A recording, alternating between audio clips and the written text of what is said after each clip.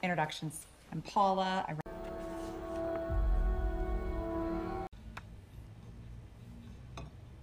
Bringing this to us. We'll follow.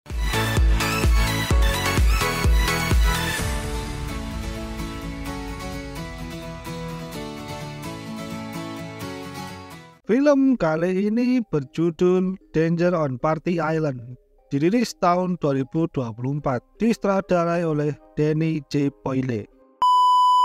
Film dibuka dengan kabar duka.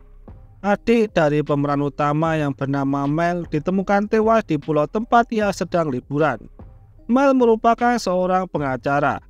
Setelah mendengar kabar itu, ia kemudian pergi ke pulau itu untuk mengetahui apa yang sebenarnya terjadi.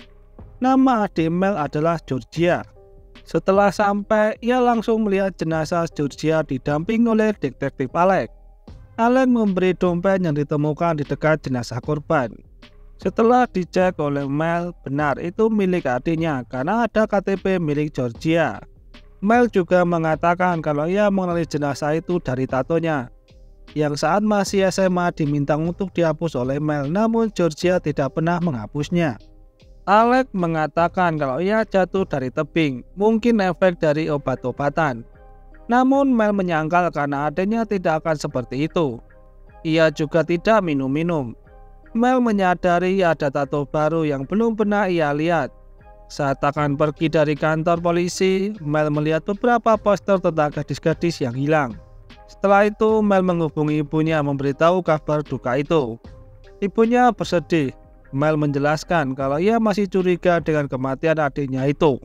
Mel lalu pergi ke sebuah hotel yang dikelola oleh seorang perempuan bernama Paula dan pemiliknya bernama Keaton. Mereka sangat mengenal Georgia, karena itu Mel diberi fasilitas untuk tinggal semaunya dan gratis. Setelah itu, Paula menunjukkan barang-barang milik Georgia yang masih ada di hotel itu. Sambil mengecek koper yang berisi baju-baju Georgia, Paula menceritakan kalau dulu mereka pernah terdampar. Paula panik, namun Georgia tetap tenang dan bersemangat. Menurut Paula, Georgia teman yang baik. Mel juga menceritakan saat mereka masih kecil. Mel merupakan anak yang serius, sedangkan Georgia adalah anak yang suka bermimpi. Hidup sesuai keinginannya. Mel juga ingin sekali-kali pergi bersamanya, namun Mel terlalu sibuk dengan pekerjaannya. Di tengah obrolan, Mel mengatakan kalau paspor dan HP-nya tidak ada. Dan buat apa orang mau bunuh diri membawa HP dan paspor? Mel bertanya, bagaimana Georgia sebelum meninggal? Paula menceritakan kalau beberapa minggu terakhir, Georgia menjaga jarak dengan Paula. Ia merasa kalau Georgia menyimpan sesuatu. Paula juga sudah tidak diajak Georgia untuk keluar bersama. Karena Georgia jadi suka berpesta, menurut Mel itu bukan gaya adiknya. Menurut Paula ada sisi lain dari tempat itu, banyak orang baik yang kehilangan jati dirinya. Paula juga memberitahu kalau di tempat itu banyak orang yang hilang.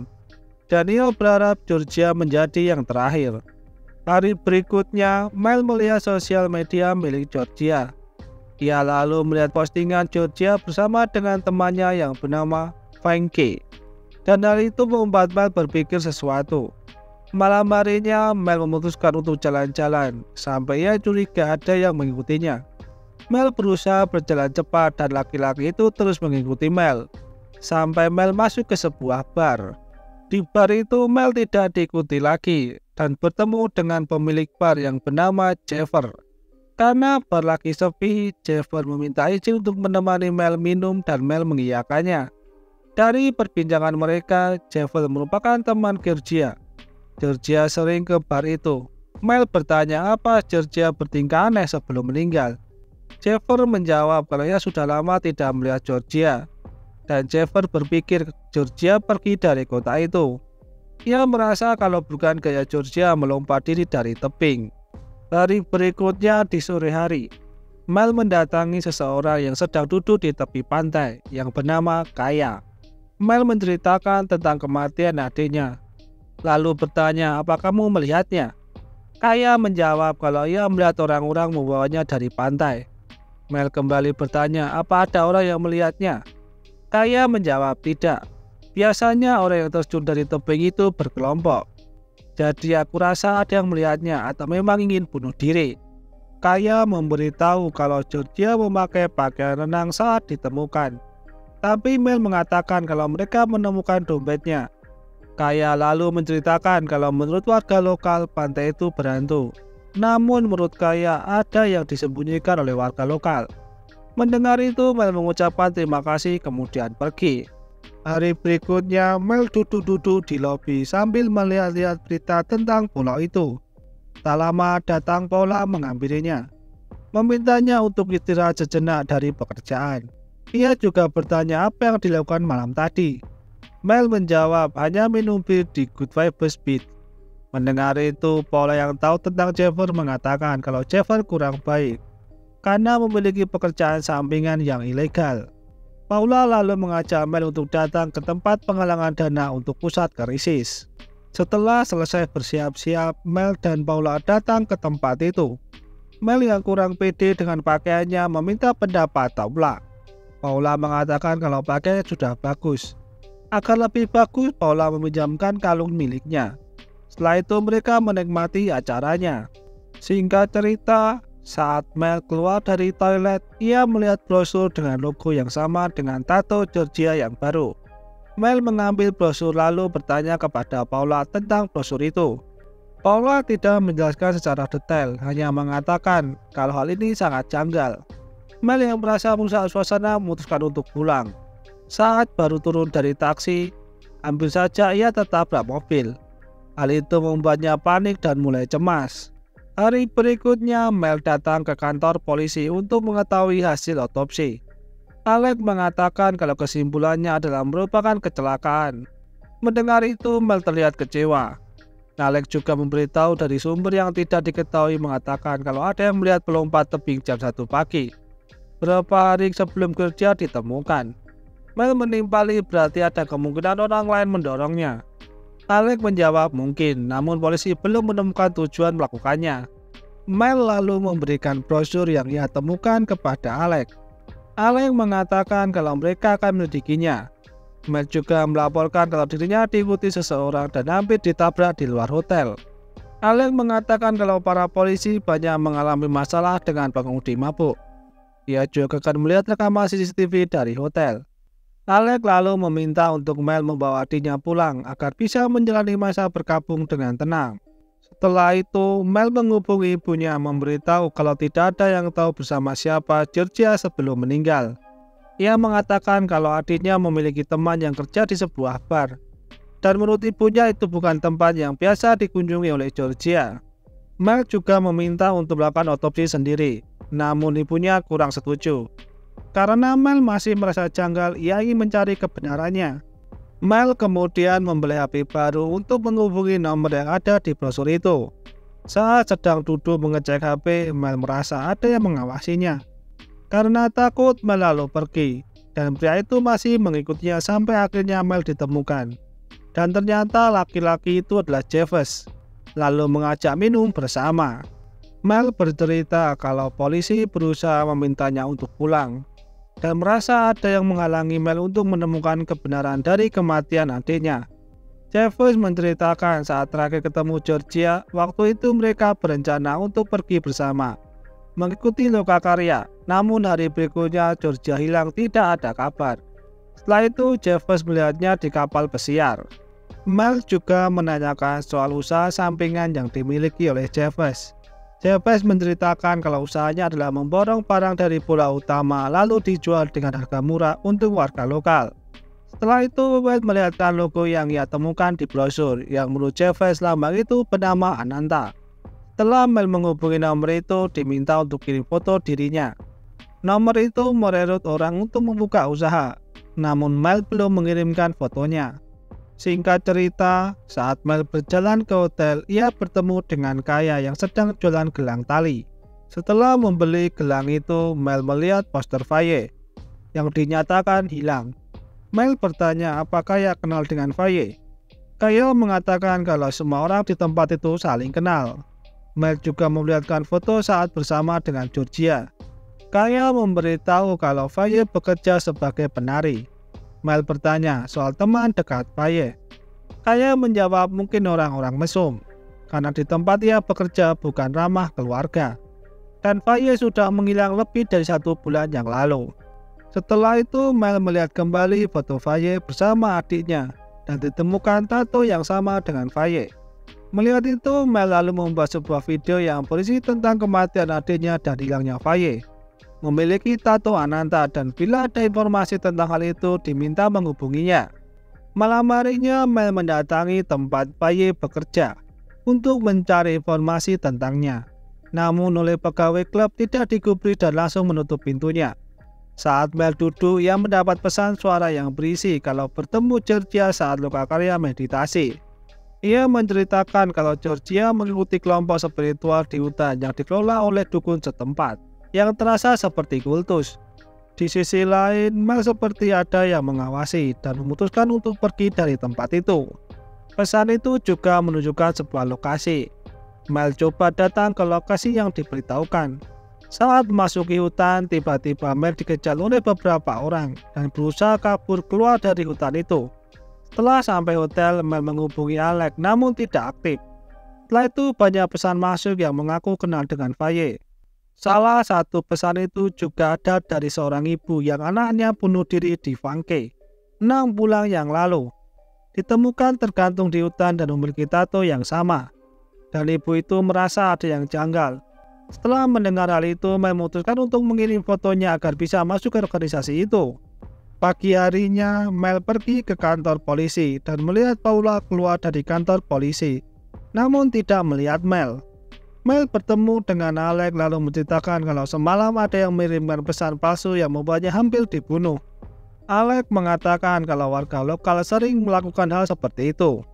Mel juga memberitahu Alex kalau ada orang yang melihat Georgia di kapal pesiar. Setelah itu tidak ada kabar lagi.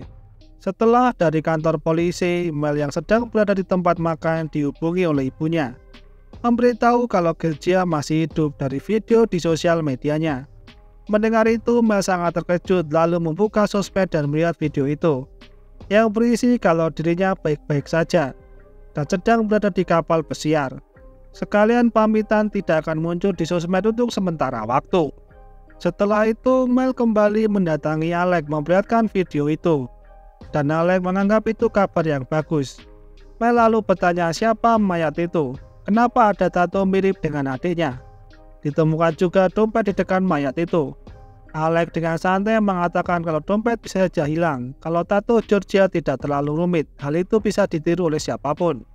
Mel memberitahu kalau yang memiliki tato sama dengan adiknya adalah Faye dan mereka berteman dan masih dinyatakan hilang. Alex menganggap wajar kalau mereka saling kenal, karena tempat itu kecil. Alex juga mengatakan hal simpel yang mungkin terjadi kalau Georgia bertemu pria kaya dan terlena dengannya. Mel yang tidak setuju dengan pemikiran Alex memilih untuk pergi. Mel kemudian menemui Jeffers memperlihatkan video itu.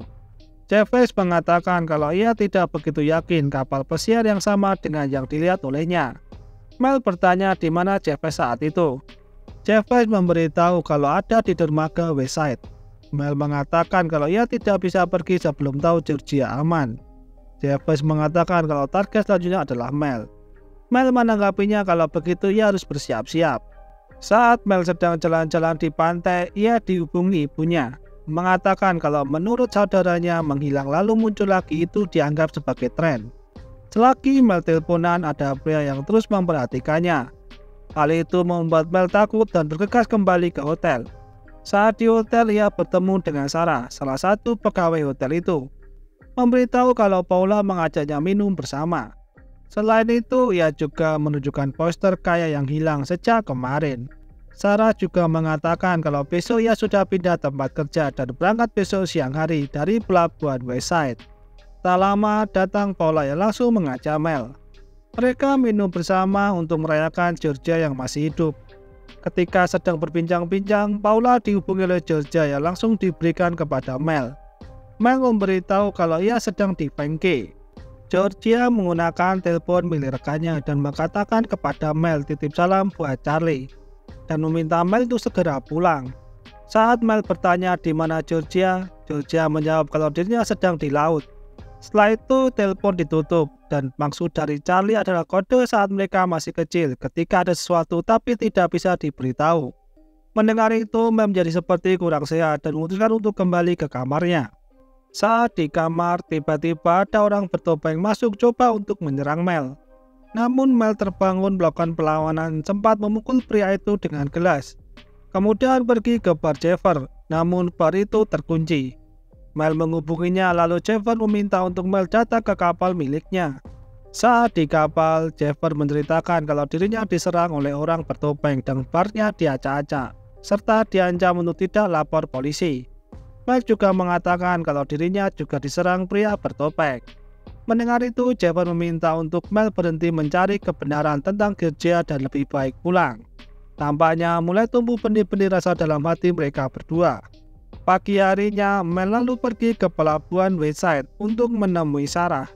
Di sisi lain, ibunya Mel sampai ke pulau itu tanpa diketahui oleh Mel. Ibu Mel lalu pergi ke bar milik Jeffer, bertanya di mana kedua anaknya berada, dan meminta tolong untuk membantunya. Ibunya lalu pergi kantor polisi, namun kantornya tutup. Sedangkan di dermaga, Sarah begitu senang bertemu dengan Mel. Mel beralasan pengen ikut dalam kerjaan itu. Mereka lalu naik kapal dan berlayar. Di sana ia dilayani oleh perempuan bernama Edith. Dan saat berbincang-bincang, Mel melihat tato yang sama di paha Edith. Dan Edith sudah lama kerja di tempat itu. Setelah sampai, mereka diantar ke sebuah rumah besar. Saat masuk, Sarah begitu senang, sedangkan Mel agak terkejut. Ternyata pemilik tempat itu adalah Keaton dan Paula. Mereka berdua lalu diantar untuk menikmati pestanya. Paula memperingatkan Mel untuk berhenti mencari dan meminta untuk menikmati pestanya setelah itu pulang. Saat di tempat pesta, Mel melihat Alex yang ternyata anggota kelompok tersebut. Dengan beralasan pergi ke toilet, Mel coba menyelidiki tempat itu. Saat ada yang mencarinya, ia masuk ke sebuah kamar lalu memfoto kamar itu. Setelah aman, Mel melanjutkan pencarian, sampai ia melihat Keaton dan Paula sedang berbicara. Keaton terlihat marah karena kedatangan Mel ke tempat itu dan menyalahkan Paula. Paula diminta untuk menyingkirkan Mel dan Georgia dengan aman dan tenang. Setelah mendengar percakapan itu, Mel lalu menyelinap ke sebuah kamar. Di kamar itu, Mel menemukan Georgia yang sedang terikat. Setelah dilepaskan, mereka berdua bergegas pergi. Saat di tengah hutan, mereka tertangkap. Saat coba melawan, Mel disuntik obat tidur. Setelah itu dibawa. Di sisi lain, Jeffer sampai di pulau itu dan coba untuk mencari Mel, namun ia malah ikut tertangkap. Singkat cerita, setelah Mel dan Georgia sadar, mereka lalu dibawa oleh para penjaga. Saat di dalam mobil, Mel bertanya siapa orang yang bertatunya sama dengan Georgia. Georgia menjawab kalau itu Faye. Ternyata para wanita itu diculik untuk jadikan PSK. Karena Georgia memiliki pengikut yang banyak dan sedang dicari oleh keluarganya, sedangkan Faye membuat ulah dan mengecewakan para klien. Kelompok itu lalu membunuh Faye dan dibuat mirip dengan Georgia agar orang-orang mengira kalau itu mayat Georgia. Sampai tatonya pun dibuat sama. Mereka berdua dibawa kepada Keaton dan Paula. Di sana juga ada Jeffer. Paula memberikan mereka minum. Mel bertanya kepada Paula, kenapa tega berpura-pura baik lalu mengacaukannya. Paula menjawab, bukan keinginanku berakhir seperti ini. Tiba-tiba Mel coba untuk melawan. Begitu juga dengan Jeffer. Namun Jeffer sekali kena pukul lalu pingsan. Mel sempat melawan dan mengambil pistol lalu menodongkan pistol itu ke arah Keaton yang dengan cepat menyandra Georgia. Tiba-tiba Paula menembak Keaton dari belakang. Setelah itu Georgia, Mel dan Jeffer kembali ke Funky. Pada akhirnya mereka bertemu dengan ibunya dan saling bersedih-sedih.